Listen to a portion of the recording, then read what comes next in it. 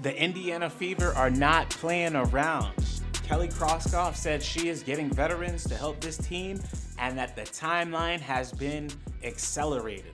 The Indiana Fever had a successful season last year with their number one overall pick, Caitlin Clark, who led them to the playoffs for the first time in almost 7 years. There are a lot of things that can happen with this team in the direction that it's moving in that will help them excel moving forward in the WNBA. In this looming free agency, I'm going to talk about 5 players. I'm going to bring up actually 7 to 8 though. But 5 players who I feel like could honestly change this Indiana Fever team and kind of help them mold into the roster that they would like to be. My first one is Julie Van Loo. Julie Van Loo is a dynamic point guard. She has been able to knock down shots. This season, she shot 32% from the three-point line, and she helped the Washington Mystics at least, get some wins. That was a terrible situation she was in. But she is a scrappy defender. She's very fiery. She can handle the ball, and she's good with making sure that there are no turnovers in the game. As a backup point guard, this would be somebody who could come in, they know their role, knock down shots, check out the game, and you wouldn't have to worry if she's on the floor. Speaking of backup point guards, this is somebody who I think the world of when we're speaking about basketball talent. I have no clue, Odyssey Sims, by the way. I have no clue how the Dallas Wings let Odyssey Sims slip past their fingers. Yes, she was on a hardship contract, and yes, they had to make decisions. Her and Monique Billings were not on the team after their hardship, and they got their injuries back.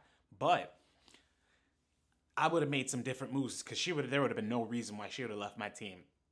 After putting up routine 20-point games for the Wings, she ended up going to the Los Angeles Sparks.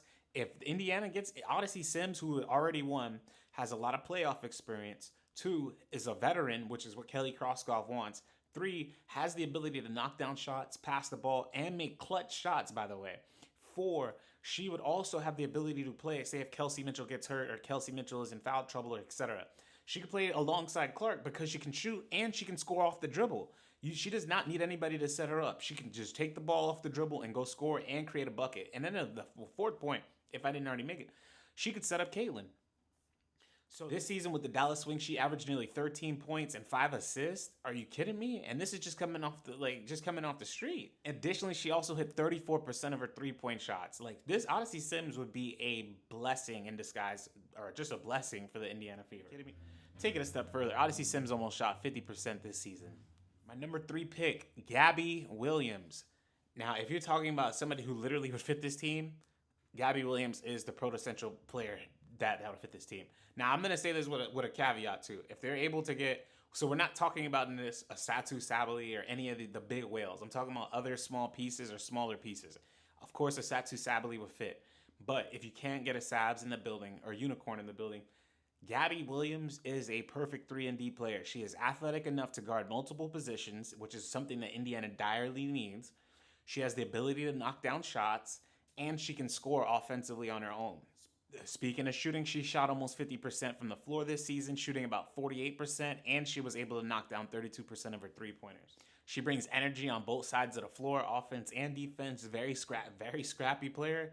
This is somebody who would be hugely be a perfect fit in Indiana.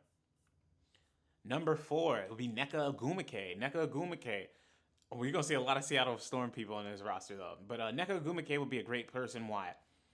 She is everything that you would want from a veteran, meaning she's intelligent, she's smart, she's already proven, she's won. She's had playoff experience. She's a former MVP. Nneka this season obviously put up she almost averaged 20 points per game with 16 and 7 for the season. She would be a perfect fit in the front court with Aaliyah Boston, and if they were to get her on the team, they'd be able to switch on every single possession with every single person. Now, I don't know if this is a pipe dream if you're Indiana, but I would be putting my stocks in that Nneka Ogwumike basket, Satu Sabali basket if they're able to get it. But Nneka for sure would be an amazing fit on this team as well.